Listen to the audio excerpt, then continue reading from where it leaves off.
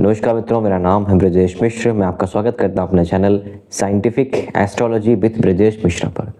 मित्रों, आज हम चर्चा करने वाले हैं कि एक लंबे समय के बाद गुरु महाराज जुपिटर का जो गोचर हो रहा है, ये अपनी मिथुन राशि छोड़ करके अब अपनी उच्च की राशि कर्क राशि में आएंगे। मिथुन राशि बुध की राशि है, कर्क राशि चंद्रमा की राशि है और चंद्रमा के उस जल तत्व में जहां पर बृहस्पति उच्च का हो जाता है, तो ये उच्च का बृहस्पति जो 2 जून से लेकर के 31 अक्टूबर तक वहीं पर है, फिर ये सिंह में जाएगा और वापस ये आ जाएगा कर्क में ही। यानी कि एक लंबे समय तक कर्क में रहेगा भी, लेकिन अभी के लिए जो इसका पहला पड़ाव है, क्योंकि अतिचार कर रहा है, अतिचार करता हुआ गुरु जल्दी जल्दी राशि बदलता है, तो वर्तमान समय में ये मिथुन से जैसे ही कर्क में आएगा तो आपके जीवन में क्या मूलभूत बदलाव कर सकता है, उसके बारे में हम चर्चा करने वाले हैं। मित्रों, ये गोचर के माध्यम से हम बात को समझ रहे हैं, ये दशा की बात हम नहीं कर रहे हैं कि हर व्यक्ति की दशा इंडिविजुअल होती है। आपकी दशा आपके इंडिविजुअल है, लेकिन आपकी दशा में कहीं से भी अगर अंतरा में भी, भुक्ति में भी या दशा में भी गुरु का इम्पैक्ट है और गुरु कुंडली में शुभ स्थानों पर बैठे हैं, शत्रुवत या नीच के नहीं हैं, 6, 8, 12 में नहीं हैं, तो आप ये समझिएगा कि ये गोचर की जो पॉजिटिव चीज़ें हैं वो आपके साथ ज़रूर होनी है। ठीक है। अब गुरु 12वें घर बैठा है सिंह राशि के लिए, है ना। अब सिंह राशि है सूर्य की राशि, आपकी राशि सूर्य की राशि है और सूर्य जो है वर्तमान समय में, खैर एक लंबे समय तक तो रहता नहीं है, सूर्य हर महीने गोचर करता रहता है, वर्तमान समय में शत्रुवत होकर बैठा हुआ है इस महीने। ठीक है। मई के बाद यानी कि मई से जून के बाद ये फिर जो है बुध की राशि पहुंचेगा सूर्य, लेकिन फिलहाल जो है आपके राशि का, आपके लग्न का लॉर्ड शत्रुवत होकर बैठा हुआ है। कहाँ बैठा हुआ है? कर्म स्थान में। तो कर्म स्थान की समस्याएं जो हो रही हैं लीडरशिप एटीट्यूड के साथ या एटमॉस्फेयर में आपको कंबाइन करने के साथ, सिंक होने के साथ कुछ समस्याएं हो रही हैं, that's a different thing. Jupiter कहाँ कहाँ देखेगा? देखिए मित्रों, बृहस्पति के बारे में एक बहुत छोटी सी बात समझ लीजिए। बृहस्पति एक नैसर्गिक शुभ ग्रह है। नैसर्गिक शुभ ग्रह का मतलब बृहस्पति का बेसिक इंटेंट आपकी मदद करनी है, वो भी जब आपके राशि और लग्न के स्वामी के साथ इसकी मित्रता हो जाए। सूर्य और बृहस्पति मित्र हैं। ठीक है। अब बृहस्पति से अगला भाव जो भी सेकंड हाउस होता है, एक तो वो विस्तार करता है। ठीक है। बृहस्पति जहां बैठा है वहां को लेकर थोड़ी समस्याएं भी होती हैं। अगला भाव विस्तार करता है। बृहस्पति की 3 दृष्टियां, अमृतमयी दृष्टियां, खासकर 5वीं और 9वीं, वहां पर भी बहुत पॉजिटिव चेंजेस कराता है इन ए गुड वे। ठीक है। एक्सपेंशन कराता है। गुरु एक्सपेंशन का कारक है, विस्तार का कारक है, परिवार में विस्तार का कारक है, संतान का कारक है, भाग्य का कारक है, अटल संपत्ति का कारक है, धन संपत्ति का कारक है। ये जुपिटर है आपका। आध्यात्मिक चेतना, आध्यात्मिक ऊर्जा गुरु ही नियंत्रित करता है। तो देखा जाए मित्रों, आपके 12वें घर पे बैठा हुआ है बृहस्पति। 5वीं दृष्टि कहाँ पड़ेगी? चौथे घर पे। 7वीं कहाँ पड़ेगी? छठे घर पे। 9वीं कहाँ पड़ेगी? 8वें घर पे। तो मोटा मोटा देखा जाए गुरु की 2 राशियां धनु और मीन। धनु जो है आपके पड़ेगा 5वें घर पे और मीन जो पड़ेगा आपके 8वें घर पे। तो आपका धनु और मीन यानी कि 5वां घर, 8वां घर, 12वां घर, चौथा घर और अगला घर यानी कि फर्स्ट हाउस भी इन्फ्लुएंस में है। ठीक है। तो गुरु से अगला घर यानी कि आपका स्वास्थ्य, आपका आचार विचार, आपका व्यवहार, इनको लेकर के गुरु सात्विक चीजें करेगा आपके साथ। हालांकि गुरु स्वयं 12वें घर में बैठा हुआ है। 12वां घर अच्छा घर नहीं माना जाता। 12वां घर व्यय का है, खर्च होने का है, नुकसान का है, हॉस्पिटल का है, लीगल लिटिगेशन का है, इन्वेस्टमेंट का भी है, विदेश का भी है। ठीक है। चौथे घर का संबंध 12वें घर से बनेगा क्योंकि गुरु आपके चौथे घर को देखेंगे। अब इसमें पॉजिटिव भी है, नेगेटिव भी है। कोई भी ग्रह, कोई भी गोचर, कोई भी दशा सिर्फ पॉजिटिव या सिर्फ नेगेटिव नहीं होती है, क्योंकि एक दिन में ही ना आप देखते हैं कि सभी ग्रहों की होरा चलती है। इवन पहला घंटा कैसा निकला है, दूसरा घंटा भी अच्छा निकलेगा आप नहीं कह सकते। हर घंटे में होरा बदलती है और होरा बदल के आपके परिवर्तन कर देती है। इसलिए पूरी दशा अच्छी जाएगी ऐसा नहीं होता, पूरा गोचर अच्छा जाएगा ऐसा नहीं होता, क्योंकि हर दशा में हर अंतरा, हर भुक्ति चल रही है ना। और कुछ अच्छे ग्रह हैं, कुछ शुभ हैं, कुछ अशुभ भी हैं। सिमिलरली हर होरा बदल रही है, गोचर में भी सिर्फ गुरु नहीं अन्य ग्रह भी हैं, तो इसलिए कुछ पॉजिटिव भी है कुछ नेगेटिव भी है। पॉजिटिव समझ लेते हैं क्या है। चौथा घर क्या है? घर, गाड़ी, पैसा, प्लॉट, फ्लैट, सुख समृद्धि, एसेसरीज, ठीक है, साज सज्जा। गुरु देख रहा है खर्चे वाले भाव से बैठ करके, तो आपके इन चीज़ों पर खर्चे कराएगा, लेकिन विस्तार भी कराएगा, है ना। घर खरीदने का, गाड़ी खरीदने का, प्लॉट खरीदने का, इत्यादि इत्यादि इत्यादि। तो क्या है, ये वृद्धि कर रहा है। दूसरी चीज़, चौथा घर क्या है? माता। अब माता की वृद्धि मतलब ये समझिएगा, इसका एक थोड़ा सा नेगेटिव इम्पैक्ट ये है कि माता का संबंध 12वें घर से बन रहा है। माता के ऊपर खर्चे, माता के ज्वेलरी इत्यादि पे खर्चे, ये तो पॉजिटिव है, लेकिन माता के स्वास्थ्य पर भी खर्चे, 12वां घर हॉस्पिटल भी है, ठीक है। और घर, गाड़ी, पैसा, प्लॉट, फ्लैट तो ठीक है, वहाँ पे पैसे खर्चे करना, लेकिन उसका संबंध आपके लीगल लिटिगेशन से बनता दिखता है। तो अगेन जो कुछ झगड़े इत्यादि हैं, सावधान रहना चाहिए आपको, ठीक है। ये गुरु का इम्पैक्ट फिर आपके 6th हाउस पर पड़ेगा, 12वें घर में बैठा है। छठा घर है आपका रोग, आपका रिपु, आपका ऋण, संघर्ष, मेहनत, मामा, और मामा के साथ साथ आपकी नौकरी, जॉब। तो गुरु का इम्पैक्ट जॉब पे है, तो ऑब्वियसली गुरुवत कार्य करने में तो आपको मदद ये देगा, ठीक है। नौकरी को देख रहा है तो नौकरी भी देगा, सेम टाइम पे संघर्ष को देख रहा है, संघर्ष भी देगा, राइट। गुरु हमारे लिए एक सेवियर का काम करता है। हमारे सोलर सिस्टम में एक बड़ा साइज, बड़ी ग्रेविटी, बड़ा मास होकर के ये पृथ्वी की तरफ आने वाली जो एस्टेरॉइड्स है उसे अट्रैक्ट कर लेता है, तो पृथ्वी की रक्षा करता है। और हमारे ब्रह्मांड के लिए हम सिर्फ पृथ्वी के हैं, हम पृथ्वी ही समझिए, हमें कोई व्यक्तिगत पहचान नहीं है हमारी, ठीक है। जितना ज़्यादा दूर से हमें देखेंगे इस पृथ्वी को, उतने ही हमारे अस्तित्व एकदम नगण्य हो जाता है। तो जो पृथ्वी के लिए अच्छा, हमारे लिए अच्छा, it's as simple as that. तो पृथ्वी के लिए अच्छा गुरु रक्षा करता है, तो हमारी भी करेगा। किससे करेगा? रोग, रिपो, ऋण से।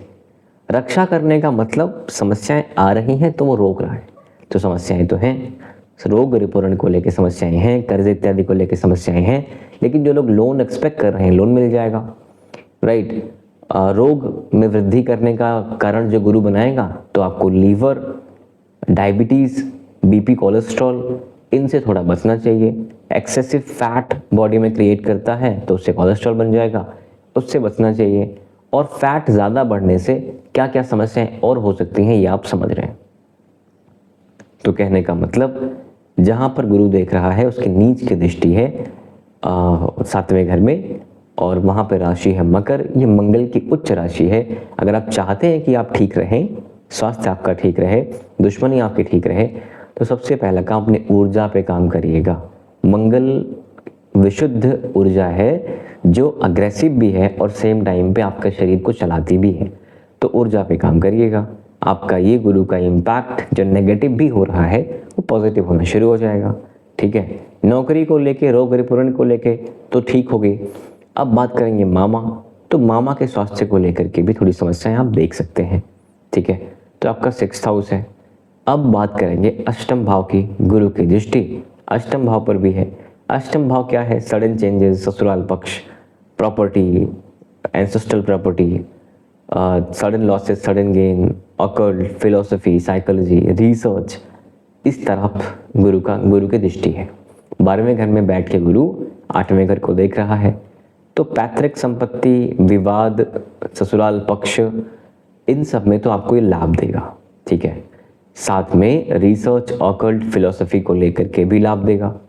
गुरु कहीं से आपके लाभ वाले भाव को ट्रिगर करता हुआ नहीं दिखता है, इसलिए ये कहना कि आपको सडन गेन्स की चांसेस हैं, सडन गेन्स के चांसेस तो नहीं है। हालांकि राहु आपके 7वें घर में बैठ के लाभ वाले भाव को जरूर देख रहा है, इसलिए राहु सडन गेन के चांसेस बनाएगा, गुरु नहीं बनाता, है ना। गुरु तो एक सिंपल सोलर ग्रह है जो आपको एथिकली चीज़ों करने का प्रयत्न करता है, लेकिन अगर राहु जैसा ग्रह आपके लाभ वाले स्थान को देख ले तो सडन गेन्स के चांसेस बनाता है। तो प्रॉपर्टी इत्यादि को लेकर के भी, कहीं कोई विवाद को लेकर के भी, रिसर्च, ऑकल्ट को लेकर के भी, फिलोसफी को लेकर के भी चीज़ें यहाँ पर पॉजिटिव ही समझिएगा। हालांकि 12वें घर का संबंध 8वें घर से बन रहा है, तो यहाँ लीगल लिटिगेशन, मामले, झगड़े इत्यादि की संभावनाएं भी हैं। ससुराल पक्ष के साथ भी, प्रॉपर्टी इत्यादि को लेकर के भी, पैतृक संपत्ति को लेकर के भी। ठीक है, तो ये तो हो गया गुरु की 3 दृष्टियाँ 5वें घर पे, 4थे घर पे, 6ठे घर पे और 8वें घर पे। 5वां घर क्या है मित्रों? 5वां घर आपका संतान, शिक्षा, प्रेम। ठीक है, पुरातत्व, आपकी मानसिक चेतना, आपके पूर्वज, आपके ग्रैंडफादर। तो गुरु महाराज की ही राशि वहाँ है धनु राशि। धनु राशि वहाँ होने का सिंपल सा मतलब ये होता है कि धनु जो गुरु की राशि है और 5वां घर जो पुरातत्व संबंधित है, आपकी चेतना संबंधित है, गुरु उच्च का हुआ तो बुद्धि ठीक हो जाएगी। ठीक है, शिक्षा का संबंध विदेश का बन जाएगा, संतान का संबंध हॉस्पिटल का बन जाएगा। राइट, तो संतान के स्वास्थ्य को लेकर थोड़ी समस्या, संतान के विदेश यात्रा को लेकर पॉजिटिविटी, साथ में आपकी हॉबी, आपके रिसर्च, आपके अध्ययन अध्यापन को लेके कहीं दूर का संबंध, यात्रा का संबंध, भाग्य का संबंध बनता हुआ दिखता है। ठीक है, कहीं दूर की यात्रा करके पढ़ाई करना चाहते हैं तो उसके लिए भी ठीक समय है। तो संतान, शिक्षा, प्रेम की बात करें तो प्रेम को लेकर थोड़े कलह से इत्यादि से बचिएगा, अन्यथा प्रेम को लेकर भी कोई समस्या नहीं है। प्रेम को लेकर के भी कहीं दूर के संबंध बनते हुए दिखते हैं। तो ये तो मित्रों दृष्टियों और राशि बल से हमने समझा। अब बात करते हैं उपायों की। उपाय क्या है, उपाय से क्या होता है? क्या उपाय से आप 2 मिनट में कोई उपाय करें और भाग्य बदल जाएगा? ऐसा नहीं है। ठीक है, ईश्वर ने कहा है, ईश्वर ने स्वयं कहा है, अवश्यमेव भोक्तव्यम। जो भी सुख, जो भी दुख आपने किसी को दिए हैं, आपने पूरे जन्म में किए हैं, भोगना ही है। तो जो आपका प्रारब्ध है वो तो भोगना है, उसको आप उपाय से नहीं काट सकते। उपाय से क्या होगा? उपाय से आपकी चेतना, आपकी मानसिक चेतना, आपकी ऊर्जा, आपके शरीर पर इसका इम्पैक्ट पड़ेगा, तो सुख हो या दुख आपके भोगने की क्षमता बढ़ जाती है। ठीक है, तो इसलिए गुरु महाराज 12वें घर में जा रहे हैं, तो आपको सबसे पहले तो विष्णु सहस्त्र नाम का पाठ जरूर करना चाहिए अपने स्वास्थ्य को लेकर, आचार विचार व्यवहार को लेकर के। अगर कुंडली में भी गुरु ठीक नहीं है, वक्री है, शत्रु है, 6, 8, 12 घरों में है, तो गुरु का दान कर दीजिएगा। पीली वस्तु में पीली दाल, पीले वस्त्र किसी वृद्ध और गरीब ब्राह्मण को दान कर दीजिएगा। ब्राह्मण का तात्पर्य है कि जो लोग जो दूसरों को शिक्षा देते हो, पढ़ाते सिखाते हो, इनको दान करिएगा। माता के स्वास्थ्य को लेकर सचेत रहिएगा। माता के साथ साथ आपका खुद का 4th हाउस को लेकर भी फैट इत्यादि की चीज़ें ना बढ़ें आपके लंग्स के आसपास, हार्ट के आसपास, इसलिए डाइट पे ज़रूर काम करिएगा। पहले घर में इस समय केतु बैठा हुआ है, वैराग्य कारक चीज़ें क्रिएट करेगा, इसलिए ये ध्यान का समय है, एकांत का समय है, और इस एकांत की शुभता को ज़रूर आप ट्राई करिएगा, क्योंकि कुछ भी बड़े जो वंडर्स लोगों ने किए हैं एकांत में ही किए हैं। वर्तमान समय अगर रिसर्च का है, ऑकल्ट का है, फिलोसफी का है, कुछ बड़ा करने का है, तो एकांत आवश्यक है। और ये जो आपके आसपास लोग छोड़ रहे हैं, लोग जा रहे हैं, लोग अपने चेहरे दिखा रहे हैं, ये ठीक है, होने दीजिएगा। बहुत होल्ड करने का प्रयत्न मत करिएगा।